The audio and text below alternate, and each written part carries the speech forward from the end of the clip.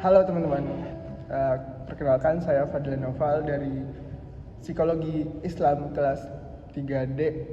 Hari ini akan mewawancarai seseorang dari mahasiswa psikologi juga. Kita akan ngobrol banyak terkait kecemasan.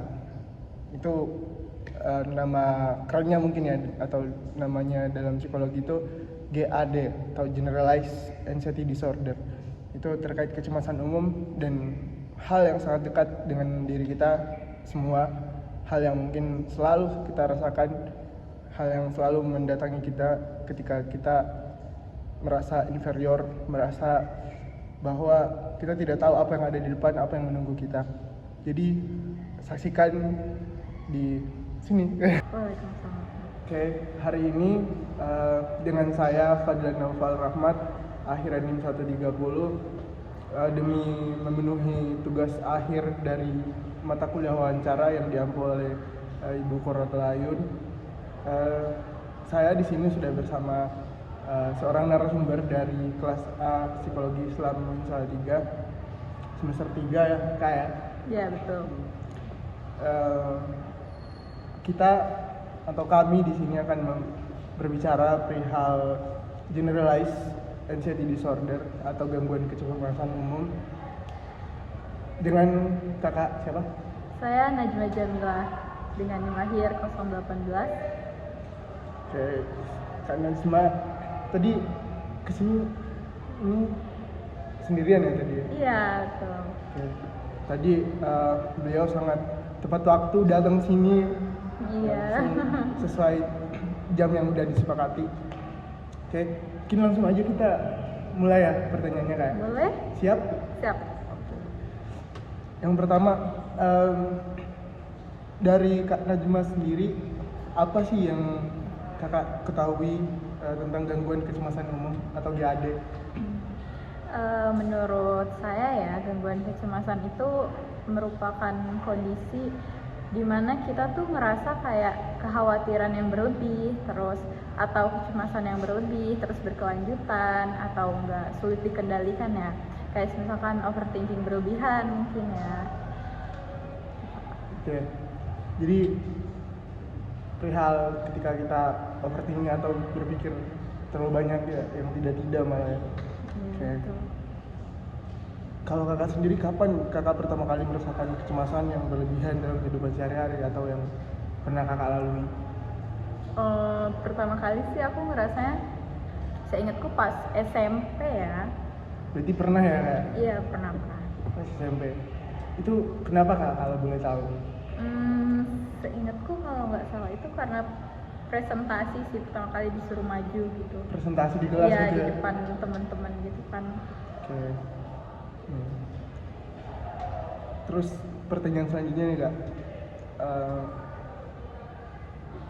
gimana kakak menggambarkan perasaan atau gejala kecemasan yang kakak alami? Kalau aku ngerasanya sih kayak tiba-tiba jantungku tuh kayak berdebarnya kayak kenceng banget gitu. Terus aku juga merasa aku tidak bisa mengontrol apa ya, kayak hal tersebut gitu. Terus kayak tiba-tiba keringet dingin, terus tangannya juga keringetan tapi dingin gitu. Terus habis itu kalau aku mondar-mandir gitu, kayak gimana ya, pokoknya mondar-mandir aja, kayak ya mungkin karena jantungnya berdegup kencang ya, jadi aku nggak bisa berpikir secara bersih benar gitu, jadinya ya mondar-mandir aja gitu, terus sampai sesak napas sih. Gitu. Tapi kalau udah di posisi kayak gitu tuh kak, kakak biasanya ngelakuin breathing apa kepada diri sendiri? Aku lebih ke atur pernapasan sih, kayak gitu. Tarik buang gitu ya? Iya tuh. Oke. Terus biasanya kecemasan kayak gitu sampai mengganggu keseharian nggak sih kak? Kalau yang kakak rasain biasanya? Iya sih, lumayan mengganggu ya. Apalagi kalau di malam hari biasanya kayak suka overthinking gitu pas mau tidur. Bahkan kadang juga sampai subuh baru tidur karena overthinking itu sih. Oke. Kakak pernah nggak sampai ngerasa wah kayaknya ini udah nggak beres atau udah kayaknya perlu bantuan ke psikolog, jadi coba nyari-nyari psikolog gitu? Pernah pas awal-awal masuk SMA ya, kan aku kan masuk SMA itu kan pas zaman corona, jadi masih apa namanya, yang tatap muka gitu loh, online. Jadi pas pertama kali masuk kelas itu agak mungkin sulit beradaptasi ya, jadinya itu juga bikin gangguan kecemasanku tuh lumayan kambuh gitu. Terus akhirnya aku merasa wah kayaknya ini udah sulit nih gitu. Akhirnya aku memilih untuk menghubungi psikolog atau profesional. Waktu itu sih aku menghubunginnya dari website 1% kalau tahu. Website 1%? Iya betul. Berarti metodenya kayak Halodoc gitu ya? Iya betul. Jadi online gitu. Online. Itu efektif gak sih kalau kakak sendiri ngerasain itu? Aku sih ngerasa lumayan efektif ya, karena aku jadi sadar dan aku melihat dari perspektif psikolognya gitu kan. Selama ini kan aku memandang sesuatu tuh kan dari perspektifku aja, jadinya ya gitu. Akhirnya aku selalu cemas karena aku nggak melihat dari sisi lain gitu loh. Tapi si psikolog ini bantu aku melihat, oh ternyata yang aku lihat tuh di satu sisi aja, aku nggak melihat ke sisi keseluruhannya gitu. Nah, kita kayaknya bakal mulai masuk ke hubungan GAD di kehidupan kampus nih kak. Kalau menurut kakak Najma sendiri, hubungan lingkungan di kampus itu seberapa berdampak sih sama kecemasan yang sudah pernah kakak alami sekarang? Apakah itu malah berdampak baik atau sebaliknya? Aku sih ngerasanya justru selama kuliah jadi lebih baik ya daripada sebelumnya, karena kan sebelumnya kan aku cemas parah orangnya, terus overthinking parah, segala sesuatu tuh benar-benar aku pikirin gitu, even yang nggak penting juga aku pikirin, karena benar-benar overthinking itu sih dulu. Tapi kalau semenjak kuliah nggak secemas dulu ya, nggak overthinking dulu, mungkin karena sekarang aku lebih bisa tenang gitu ya menghadapi sesuatu gitu. Nah, kalau misal kita kan tahu tuh ya, di kelas, di organisasi mungkin kalau kita mahasiswa itu banyak banget tugas atau hal-hal yang perlu kita selesaikan. Itu gimana mempengaruhi diri kakak? Itu sih mempengaruhi banget ya, sangat-sangat amat mempengaruhi. Jadi setiap harinya itu tuh bikin aku ngerasa kayak nggak tenang dan cemas juga ya, karena tugas-tugas yang menumpuk itu tiap harinya. Terus juga kecemasan itu tuh bikin aku jadi kayak gak bisa menjalani kehidupan yang fun gitu loh. Jadi kayak aduh, pikiranku tuh ke tugas-tugas terus gitu setiap harinya. Iya. Ya, gitu. Tapi so far terselesaikan ya? Terselesaikan sih, alhamdulillah. Dan kecemasan juga pada akhirnya kayak lepas gitu, lega ketika itu selesai. Terus gimana tekanan atau hubungan sosial mempengaruhi dari kakak sekarang? Apakah kakak rasa hubungan sosial kakak di kampus atau relasi yang ada di universitas sekarang itu berdampak positif atau sebaliknya? Aku sih ngerasanya berdampaknya positif ya. Kayak semisalkan kalau dari lingkungan teman atau dosen, teman sih positif banget ya membawanya. Dosen juga sih menurut aku. Dosen dan temannya, berarti mereka tidak begitu mempengaruhi secara negatif ya ke dalam? Iya betul, mungkin karena sekarang aku juga udah nggak terlalu secemas dulu atau sekhawatir dulu atau se-overthinking dulu. Sekarang sih lebih ya tenang aja gitu menjalani segala sesuatu. Oke. Kalau misalkan ekspektasi sendiri nih, kakak kan pasti punya ekspektasi ya dalam dunia atau jenjang karirnya kakak. Dan ketika itu terjadi, gimana kakak menghadapinya? Kalau misalkan kayak ngerasa cemas nih sama kehidupan atau kehidupan yang basisnya di ini kampus ya, atau di jenjang pendidikan dan karir, gimana cara kakak mengatasi kecemasan seperti itu? Gimana ya caranya? Mungkin kalau aku sih lebih mikir kayak kalau tiap orang itu kan punya kelebihannya masing-masing, kekurangannya masing-masing, punya jalannya masing-masing. Dan aku pun yakin kalau misalkan untuk memenuhi ekspektasi orang lain bakal sulit ya. Jadi aku ngerasa kayaknya nggak perlu deh aku untuk membanding-bandingkan diriku dengan orang lain, dengan ekspektasi orang lain gitu. Ya. Kalau kalau 1 sampai 10 nih, seberapa cemas sekarang sama masa depan? Biasanya kan Gen Z gitu kan, ini kan Gen Z gitu cemas.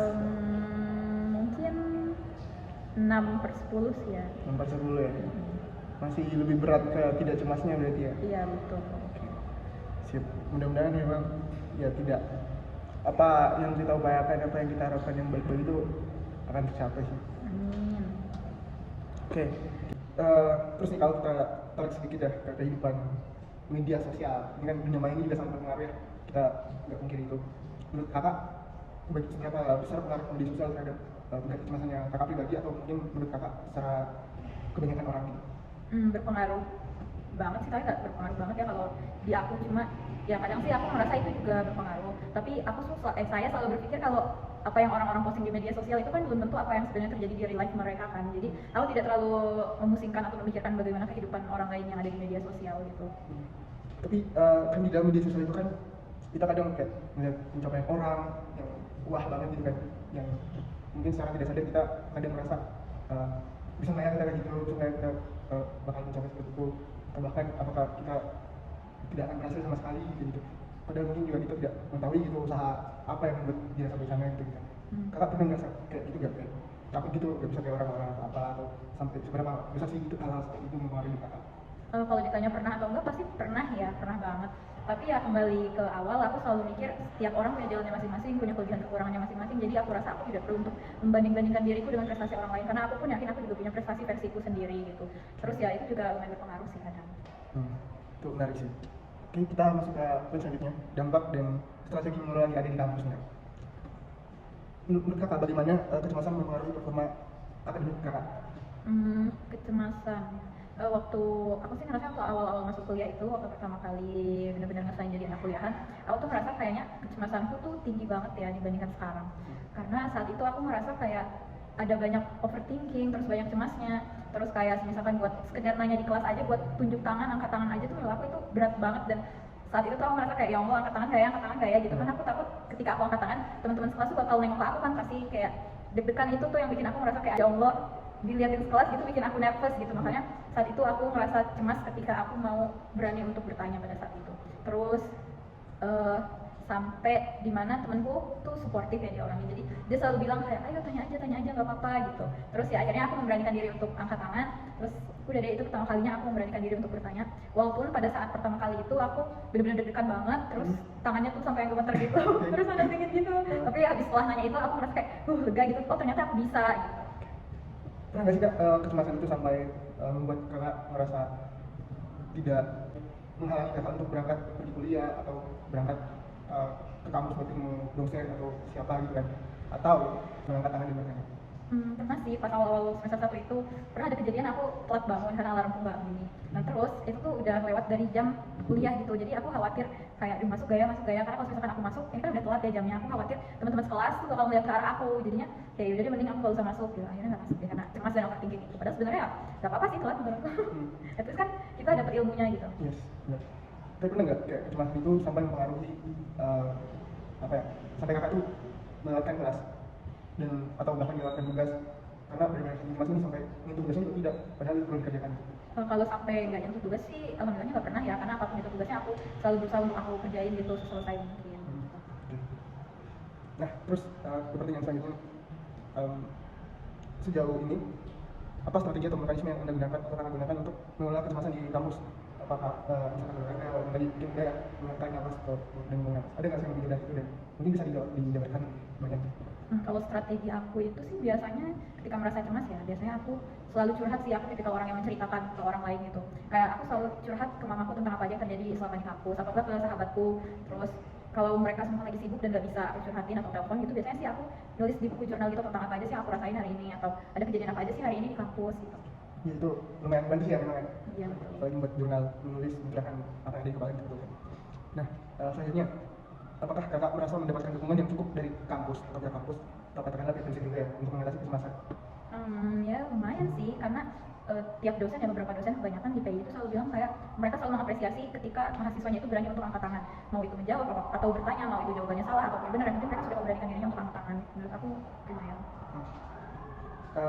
Apa yang menurut kakak itu dapat dilakukan kampus untuk membantu mahasiswa mengatasi kecemasan yang itu kepada mahasiswa luar bukan mungkin ke satu sampai dua orang loh? Gimana ya, menurutku mungkin karena beberapa dosen di psikologi itu udah lumayan bagus dan bisa mengerti ya dan bisa membantu, jadi menurutku mungkin untuk beberapa dosen yang belum ya mungkin bisa perlu ditingkatkan lagi soal kecemasan ini, karena supaya mahasiswanya tuh juga merasa tidak sendirian gitu pas mereka sedang mengalami kecemasan tersebut. Oke, ini kita masuk ke poin selanjutnya ya. Ini pertanyaan yang kaitannya dengan hal-hal yang reflektif dan harapan mungkin ke depannya, baik itu pada diri kakak sendiri dan dunia sosial yang ini akan disaksikan oleh beberapa orang mungkin di YouTube ya. Bagaimana kecemasan yang kakak alami ini, yang kakak telah alami itu mengubah pandangan kakak pada diri sendiri dan mungkin dunia sosial, karena kita juga tahu kan apapun yang kita alami itu ya selalu berujung hikmah, ada pelajaran yang bisa kita ambil. Dan bagi kakak sendiri itu seperti apa? Mungkin kalau dari pengalaman kecemasanku pribadi ya, aku jadi bisa banyak belajar yang membuat pandangan tentang diriku sendiri tuh juga berubah gitu. Kayak sekarang aku tuh jadi paham kalau misalkan cemas itu tuh nggak apa-apa loh, dan aku tuh nggak sendirian, bukan aku doang yang merasa cemas gitu. Terus sekarang aku juga jadi lebih percaya diri dan udah nggak sesering dulu ya kecemasan dan kekhawatiran atau overthinkingnya gitu. Ya. Dan kalau harapan atau pesan dan nasihat kakak sendiri nih kepada mungkin mahasiswa lain atau dosen atau pihak kampus yang mengalami kecemasan ini secara personal ya, mungkin pihak rektorat, di jajaran rektorat yang mengalami kecemasan juga yang kita mungkin tidak pernah tahu, pesan dan nasihat kakak kepada mereka apa? Menurutku teman-teman nggak perlu merasa khawatir ketika teman-teman merasa cemas, karena ya kalian tuh nggak sendiri loh gitu. Banyak anak-anak kuliahan, bahkan bukan cuma anak kuliahan aja ya, yang merasa cemas juga seperti kita gitu. Terus jangan pernah merasa malu untuk meminta tolong kepada teman-teman kalian kalau misalkan kalian merasa kecemasannya ini tuh sudah terlalu berlebihan atau misalkan sudah tidak bisa terbendung gitu. Terus menurutku ya gak apa-apa gitu untuk cerita ke orang-orang terdekat atau teman-teman yang kalian bisa percayai gitu. Kalau misalkan kalian merasa gak punya teman atau gak ada orang yang bisa kalian percayai, kalian bisa cerita atau konsul ke psikolog atau profesional gitu teman-teman. Ya.